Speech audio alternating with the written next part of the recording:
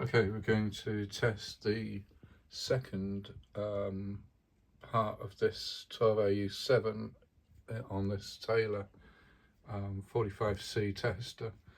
I've already done the heater shorts, the element shorts and the continuity. So we're going to measure the GM. We've currently got the anode and screen volts set to 100. That's what the documentation says. Filament volts 13. Oh, we don't have the option of 12.6, so 13 is what we need to set it to. So 13 is also indicated in the instructions. These two controls are anti-clockwise. The grid volts is 0, and we've set these switches to what our second element in our valve is going to be, so 590.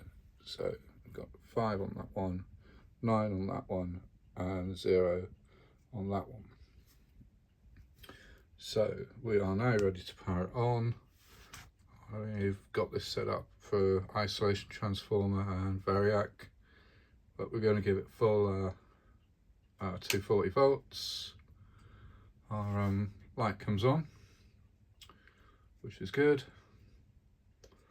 And if we move this switch now, so we look at cathode leakage, there's none, so that's good. We're going to go to the second GM setting because the first scale is it'll go off the end, so we need the second setting. We're expecting 3.1 GM. This is a new valve, so it's a little bit out probably, and the tester's probably a bit out. So we can see the heaters are now on both the heaters on the valve. And to perform the test, what we need to do, we need to use this A control to bring the needle up to the X mark. Probably, it might help if I had my glasses on, but that's roughly on the X mark. And then what we'll do is we use the second control to then back this off, back to 0.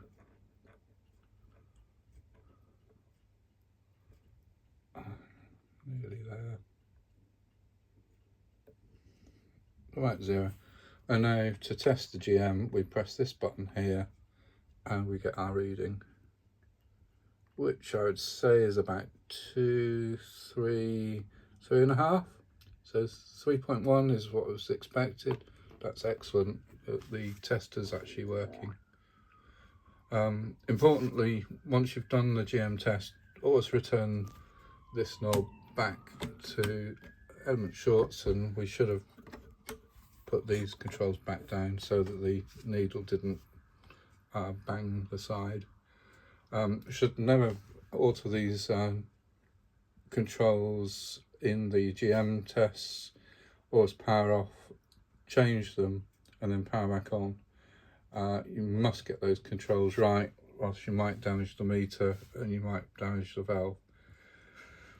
Importantly, filament voltages, you must set the right filament voltage, or else you're going to burn out your heaters. Anode screen voltage, yeah, probably whatever the documentation says. I've not tried testing any other valves at the moment. I still need to test some diodes and rectifiers. In the diode and rectifier tests, you don't generally measure GM, you just have a merit scale, so you can see the bad and the good. So for a rectifier, it should go up near the good. If it's in the red section, then the rectifier's weak.